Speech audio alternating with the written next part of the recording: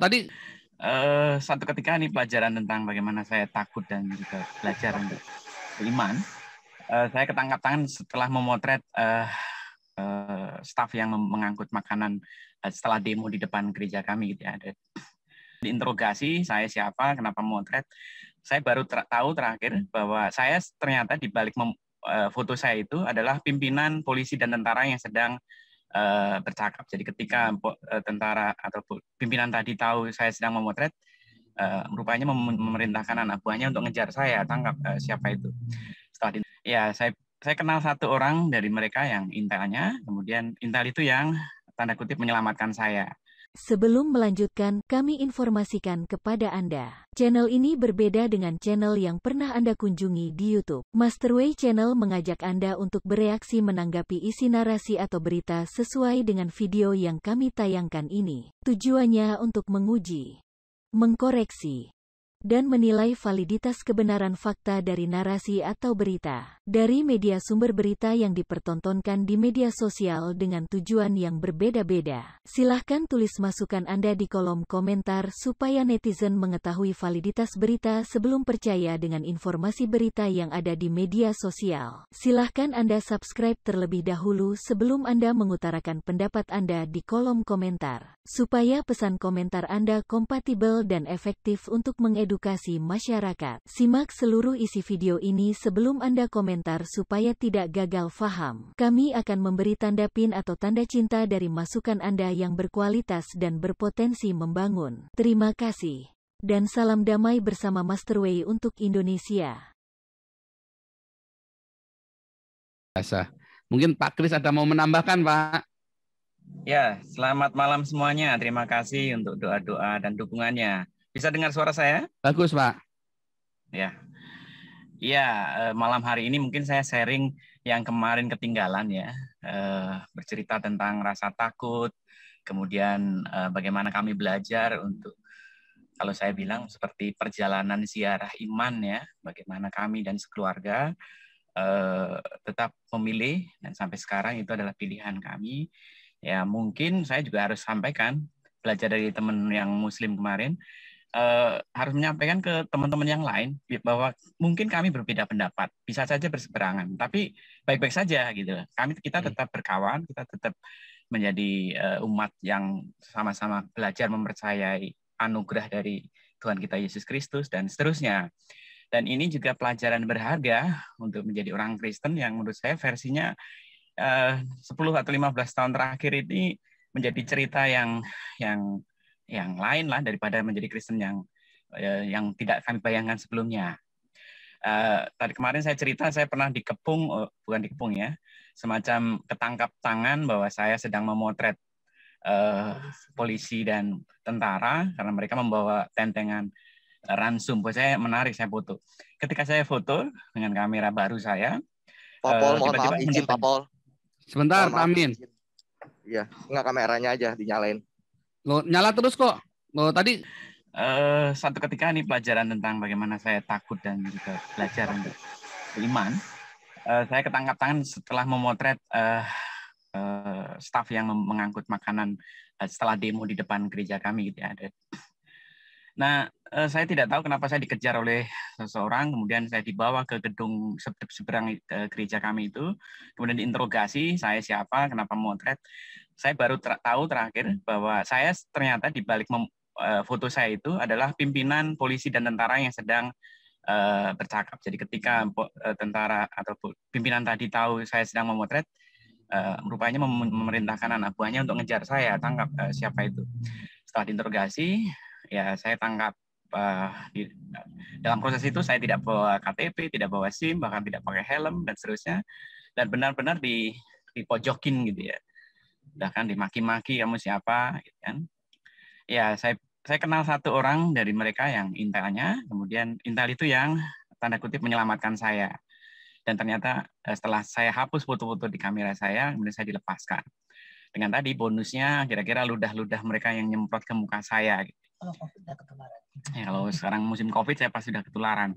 Nah, pelajaran ketakutan dalam posisi itu, saya tidak ada teman, tidak ada, bahkan saya harus. Tapi ternyata pengalaman itu juga membekas, bahwa di tengah kondisi seperti itu, saya mendapat pertolongan dari seseorang yang saya kenal, dan dia teriak karena dia polisi, dia kemudian meneriakkan protokol pengamanan ya. Ternyata dalam kondisi seperti itu yang berperan adalah polisi. Dan polisi itu bilang semua yang tidak berkaitan minggir gitu ya. Kemudian saya diminta hapus foto-foto yang saya ambil, kemudian saya dilepas. Tapi kondisi seperti itu membuat saya takut setengah mati karena saya mungkin mau diangkut ke kantor polisi dan seterusnya. Dan ternyata ini juga dialami mungkin anak saya yang kehilangan HP dan teman-teman yang lain pasti banyak cerita yang lain. Itu kondisi di lapangan yang tadi saya bilang pengalaman yang tidak pernah terduga menjadi orang Kristen yang memilih untuk ya belajar setia lah ya.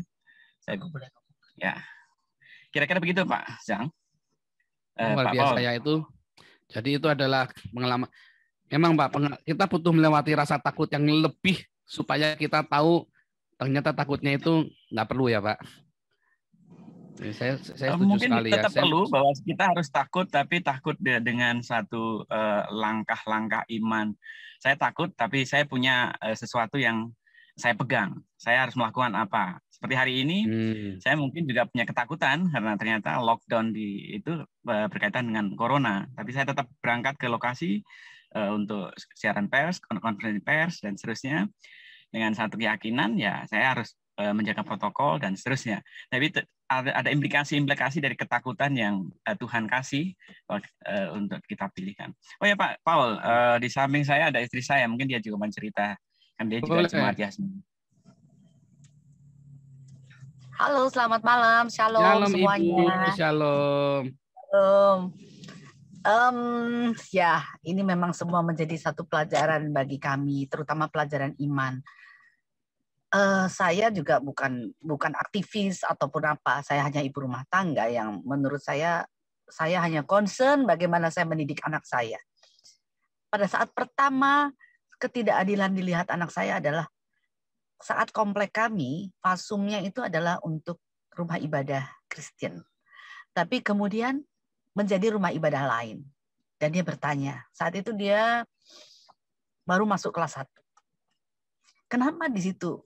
Harusnya kan menjadi gereja, kenapa tidak? Terus saya katakan, mungkin saudara-saudara kita itu lebih membutuhkan. Karena mereka harus berdoa sehari lebih dari 1 kali dan harus di tempat itu. Dan kita punya tanah yang di pinggir jalan Abdullah bin Nuh sebagai gantinya yang diberikan Tuhan. Sejak itu anak saya kalau lewat situ selalu turun dan berdoa di depan tanah itu.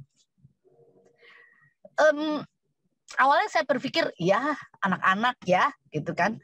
Tetapi itu ternyata sungguh dia imani.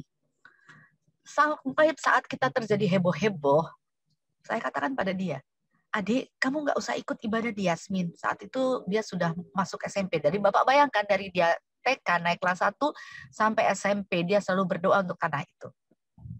SMP kelas berapa saya agak lupa. Terus saya bilang, adik jangan ibadah di situ. Kamu hari ini dikejar sama itu kan? Iya katanya. Terus mama takut ya? Dia bilang. Iya saya bilang. Mama takut kalau kamu kenapa-kenapa.